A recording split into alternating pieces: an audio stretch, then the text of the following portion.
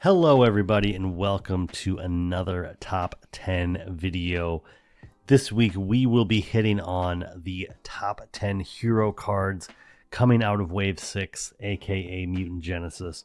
And this is a bit of a challenging list. One, because there are just more heroes. We've got the core heroes of Colossus and Shadowcat, but then we immediately have Cyclops, Phoenix, Wolverine, Storm, Gambit, and Rogue to all take into account right up there on the screen. In putting this list together, not all the heroes available in the wave are going to be represented here. There are hero cards that I enjoy out of all these heroes, but when it comes to a top 10, this is the top 10. It's a lengthy list, and not every hero is going to get represented because not every hero has a card that I think breaks the threshold of the top 10. And that even includes the fact that now that I've done a couple of these lists, just as a reminder, if I'm missing a card that could have been in my top 15, that still means that they were within like the top 8% of the cards that were like selectable. They were in the, and for a card not to make it, or even to fall into 8th place versus 5th place, is a thin margin. And also, this is all my own perspective. Let's not waste any more time in getting to this list and start off with my number 10, which comes out of the Wolverine pack, and that is Berserker Barrage, a 2-cost event, attack traded with the hero action of deal 4 damage to an enemy. If this attack defeats an enemy, you may take 2 damage. Repeat this process. And like I said, it's out of the Wolverine pack. Right there, and it's very Wolverine coded, to be fair. What I really love about this card is just how strongly it is tied to Wolverine. And the ability to kind of make your way through a whole bunch of minions is incredible. Yes, you are taking damage, but once again, because Wolverine is somebody that heals back up, especially the first time you take that 2 damage is kind of inconsequential because you're just going to regenerate back anyway.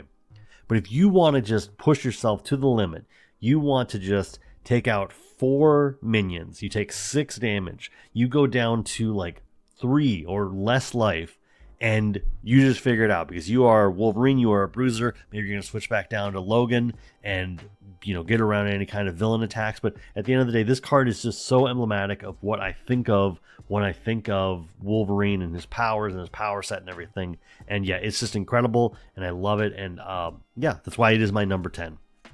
Moving on to number 9, we have out of the Cyclops pack, Exploit Weakness, which is a 1-cost upgrade, tactic traded, attached to an enemy, max 1 per enemy. It has the temporary trait, which means that it will fall off at the end of the phase, or will fall off at the end of the round, which is after the villain phase resolves itself. And it has the text, increase the amount of damage attached enemy takes from each attack by 1. This can, especially in a multiplayer scenario, just be a cascade. This is why Cyclops has his kit slightly built around the fact that he is going to be the first player, even when he's not the first player. He'll be the first person to act, and he will pass on any kind of priority after that.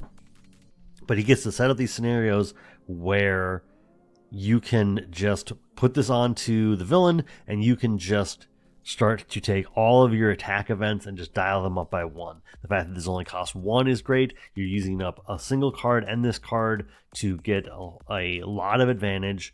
And even in single player mode, like just being able to shave off a couple extra points with the 1 or 2 events that you may be able to play after that. Your basic attack, you got your allies attacking, like all that stuff matters, and it starts to compound into such a way that you find yourself dealing out excessive amounts of damage, making a huge difference. And yeah, at the end of the day, just for a character that I don't love, I have a lot of respect for Cyclops, both as a combo character and as a hero in this game. But as a character that I don't necessarily love, this is definitely one of those cards that just impresses me every time it gets played. It makes me want to go out and play a Cyclops deck because it means that I'm going to get to be this tactical genius and exploit weaknesses. And yeah, I love this card for that. Next up, we have out of the Mutant Genesis box, but out of Shadowcat's hero kit, we have Phased Strike, a 3-cost event with the attack and superpower traits, and hero action of deal 6 damage to an enemy.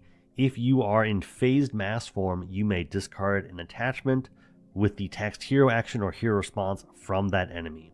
And yeah, this just plays into Shadowcat's ability to disrupt technology. Well, one of the things that her phasing allows it to do is it kind of just completely shuts down technology in such a way. And so this not only being one of her attack events, her strong attack event, but also has the ability to, if she's phased, play into that characteristic of like, I put my hand through a computer and the computer stops working. Like that's just a byproduct of her powers. Dating back, I think, pretty far. I think the first time we see her go up against the Hellfire Club, this is an ability that does come up when Emma Frost goes to try to recruit her. And yeah, just it's always been something that she does. It's always this strong connection she has, and it's this like just part of her powers. And I just love it for the fact that it is a powerful attack that also just can do something that you sometimes had to pay a pretty big premium to do. You need to play with specific allies. You need to be playing in specific heroes to be able to address hero action and or hero response cards. And Shadowcat just happens to be one of those people that in her kit, she can just get around it. You don't have to worry about matching resources. You don't have to worry about exhausting a character or dealing a certain amount of damage or taking an attack from a character. You can just, like, I think Ronin, I don't remember the precise text of the universal weapon. And yeah, the universal weapon has hero action on it. So when you go up against Ronin, instead of having to shuffle it into the deck, you can just deal 6 damage to Ronin in phased form and put that universal weapon directly into the discard pile. And for that's an incredible interaction. It is very corner case, but it's something that I have to imagine that Shadowcat players happen to kind of take a little bit of pride in. It's like, oh, you have problems with Ronin? I don't have that problem with Ronin. I just mulligan hard for phase strike, and we wrap this all up in a little bow. Next up is my number 7, aka Blast of Wind, coming out of the Storm pack. It is a 3-cost event, superpower traded, and it has the hero action of choose a player, deal 3 damage to the villain, and each minion engaged with that player, resolve the special ability on your weather support. So obviously we have our weather. We're going to be able to take advantage of that in whatever way possible. There's also just generally Aurora's interactions with her own weather, but this just gets to be a easy way to pretty much wipe the table of a player who's got a few minions on them. And so, in solo play, you can kind of set everything up so that you deal 3 damage to the villain, and you get to, without being an attack, put 3 damage onto the villain and all the enemies around you. It's a strong, potent attack that I really think just is underappreciated by some. I think when you think of Storm, you think so much of her weather deck, and you don't think necessarily about everything that her cards are able to do. And having seen this in similar action with Iceman, he has his attack where you deal 3 damage to each character that has the frostbite on it. You put a frostbite on something, and then you just deal a bunch of damage. This is a way that has less loopholes to jump through, but still is a good way to just dole out a bunch of damage. And yeah, is easily one of my favorite cards out of Storm for good reason. Like it does a great job. Not to mention you get to use that special, which is very modular. You get to do one of 4 different things, and yeah, you just get to do whatever is the best thing for you, and deal all this damage. Next up, we have my number 6 coming out of the Phoenix Hero Pack, and that is Mind Control, a 4-cost upgrade, condition psionic, attached to a non-elite minion. Take control of attached minion and treat it as a controlled ally with a blank text box. Its thwart is equal to its scheme, and it takes 1 consequential damage after it thwarts or attacks. So nowadays, we've seen an awful lot of this. We have an entire side scheme that creates that pulls in a linked card that does this effect, and I think it has the same condition that it's non-elite. I could be misremembering that, but either way, just as a card within Phoenix's pack, this is a story maker. I have used this on Sentinels so many times. They have nice high attack. They have generally they come with toughness, so if you can grab them while you haven't broken the tough status, that token is, yes, their text box will be blank, but that token is going to stay there. You're going to have the toughness. You're going to be able to get in a free attack. Some of those Sentinels start with 2 or 3 attack already. They're just these great resources to turn into, you know, your own little controlled allies. And beyond that, beyond the classic story that I always tell of, you know, using these on Sentinels and really taking advantage of the Sentinel program, just in general, being able to even just take out a problematic minion who happens to not be elite and use them to your own usage is just great. It has always been one of those things that, once again, it's just a story maker. It makes me excited to play Phoenix. It's one of my favorite things to do with Phoenix. It's just all of a sudden go, oh, we don't need to worry about this Master Evil because I'm just going to take control of him and use him to my own, bend him to my will. And yeah, I just love it. And it happens to be just one of my favorite cards out of Phoenix. Totally befitting of the number 6 slot. And actually, with all the accolades I've put onto it, I think that should really spell out just how much I value the top 5 and how much respect I have for them, and just how much I like playing the heroes that they're connected to. And speaking of my top 5, we have, out of the Gambit pack, Charged card. It is a 2-cost event, attack superpower, has the hero action of deal 4 damage to an enemy. For this attack, if Gambit's throw to card ability removed at least 1 counter, this attack gains ranged. 2 counters, this attack gains piercing, and 3 counters, this attack gains overkill. So also with each one of those counters you removed, that means that you're going to take that 4 damage, you're going to bump it up by 1, 2, or 3. So you have at its base, an attack for 4. For 2, that's not bad. You can have 5 damage with ranged, which is great when you're dealing with a retaliate villain or even an enemy that happens to retaliate. At 2 counters, it gains piercing and is now dealing 6 damage. That's great. You wipe off a tough super easily. At the 2 costs to deal 6 damage and remove a tough beforehand is pretty great. And then if you are dealing a total of 7 damage, not only are you ranged and piercing, but you are overkilling, and that is just great. The modular nature of this card is just so stupendous. I love it, and I love playing Gambit for this card. This is my favorite card, spoiler, favorite card out of Gambit. He has no other cards that rank above this on the list. Like I said, this list is very top-heavy. But I love Gambit for just his ability to... His throw to card ability is just great, and this is what really exemplifies it. There are other cards that are in his kit that I think also do pretty good work, but Charged to card is always going to be my favorite card out of Gambit. Next up, we have my number 4, which is Energy Transfer out of the Rogue pack. It is a 2-cost event, superpower, hero action, attach touched to a character other than Rogue and deal 2 damage to that character. Heal 2 damage from Rogue and ready her. You gain each of the attached character's traits until the end of the round. And touch is a card that cares about if it's attached to a minion, villain, ally, or hero, and gives you a range of different effects. For a minion, you get overkill. For a villain, you gain retaliate 1. When it's attached to an ally, you gain the aerial trait, and when it's attached to a hero, you gain the stalwart. And if I remember correctly, you can only attach it to other characters. Yeah, so in multiplayer is the only way you're going to be able to get it attached to a hero. Either way, 2 damage, heal 2 damage, ready, Rogue back up. It's just a baseline. 2 is a little expensive, but I also do think that it's fairly balanced because this can be it can just swing the game in such a way. Not only can it just take out a minion, and I suppose at that point you've lost touch, but just dealing 2 damage to the villain, maybe break the tough off of it, but then you also get all their traits. You get to heal 2 damage, you get to ready back up, you get another activation.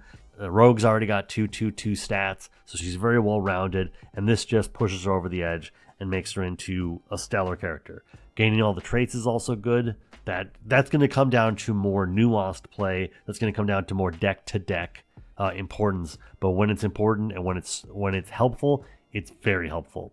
And so Energy Transfer ranks up very highly for me. I love it. I think it is such a great card, and yeah, it's very helpfully. It is very locked in as my number 4. Next up, we have my number 3, coming out of the Phoenix pack again, and that is Telekinetic Attack, a 3-cost event, attacks psionic traded. Hero action, deals 7 damage to an enemy. If you have the Unleashed trait, this deals 2 additional damage and gains overkill. So I like this just because at a baseline, 7 damage is pretty good. If you are Unleashed, 9 damage and overkill is even better. Obviously, in many ways, I kind of wish that I had Overkill. That is one setback. But at the same time, this card does a great amount to put that tension in. Do you want to go to Unleashed? If you go to Unleashed, all your cards get better, including this one, which is going to allow you to deal 2 extra damage. It's going to overkill. And where that 7 damage might have just completely demolished a minion, but kind of just been too much, more damage than it has health. Now you have the ability of, if you just go over the edge, if you just unleash yourself, you are going to be able to do some incredible things. And I love it for that. And just, this is such a great card. I love it. I wish that there was more things. I wish there was more things like this that were such a tight, packed design in other heroes. And I think there's a lot of really good thematics in a lot of cards. But this one just being the whole package of, you are Phoenix. You are doing a telekinetic attack. You're dealing a bunch of damage. And if you happen to let yourself just go Unleashed, you can do more. Wouldn't it be great if you were Unleashed? I think it would be great if you were Unleashed. So just take those counters off, get some wild energy, do whatever you need to do. And yeah, this encompasses Phoenix in such a stellar way and is exactly what I want to be doing.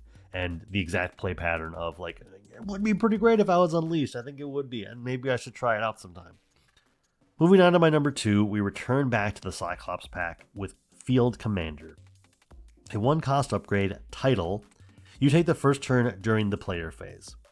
When your turn is done, play proceeds in player order, starting with the first player. You do not take another turn. And then it just has the additional text of, each Cyclops upgrade attached to a minion loses the temporary keyword. So what I like about this is it's a very different card. And it's a little confusing. As a new player, this can be very confusing. So, like, let me get this straight. So the first player always starts with Cyclops, and so we never change turn order? No. That's not what happens. The turn order still gets passed along. It's just, instead of always going A, B, C, D, you might have to go A, C, D, B, and just make your way around the table in a slightly different way. This allows Cyclops to set up his upgrades onto characters, and he's got a bunch of them, but just being able to take different advantages. Let's lower the amount of attack here. That way, before you even take your turn, player number 3, you don't even need to think about that minion on you because it's got -1 attack. So everything else you do is going to be, like, the mental load is going to be softened by that. Hey, I put this exploit weakness over here. Everybody, let's just gang up on this person and deal a bunch of damage to them. And yeah, just overall, I think this card is, I think in a different time and place, I probably would have ranked this lower. But the more I thought about it, the more I began to grow appreciation for it and what it's doing and just how it plays so much into Scott's ability to be a tactical leader. And I think that it is a card that I was underrating for a long time. And now I realize is maybe one of it might be a top 10 card, a hero card in the game for me. I don't know if it's that illustrious yet, but I think that if I thought about it, it probably is a top 25 card in Marvel Champions for me. And that's saying a lot because there's a lot of really good cards. And I think I don't know that I'd be willing to say it's in the top 10 because I think of all the domino cards that could probably make the top 10. It's very top loaded. But yes, overall, Field Leader, great card, and that's why it's my number 2. And wrapping everything up today, let's talk about my number 1 card coming out of Rogue again. We have the 0-cost event, Superpower Adaptation. It is a superpower traded event. It has the hero action of, if touch is attached to a friendly character, search its owner's discard pile for an event that belongs to the same classification of that character. In parentheses, identity specific, aspect, or basic. Add that event to your hand. So this is new territory that I'm actually surprised that we haven't kind of ventured into since. You can have cards from other players' discard piles in your hand and you can play them. The fact that this is locked to an event definitely ties back its power, but I think that in general what it's doing is so powerful. I've talked before about how Rogue and Magneto make a really strong team because he can wrap in metal and she can magnetic missile. This expands out and out even more and more. As long as it is not an event that is basically tied to the gimmick of the hero. So like the charged card that I talked about with Gambit, you're not gonna be able to remove tokens, the charged tokens. So that's not gonna be useful to you. But even if you're just going basic and you're doing a swinging web kick, or you are, if I understand the rules correctly, let's just say there is the attack event that Bishop has, where it deals like 6 or 7 damage, and if you use a resource card, you ready a Bishop.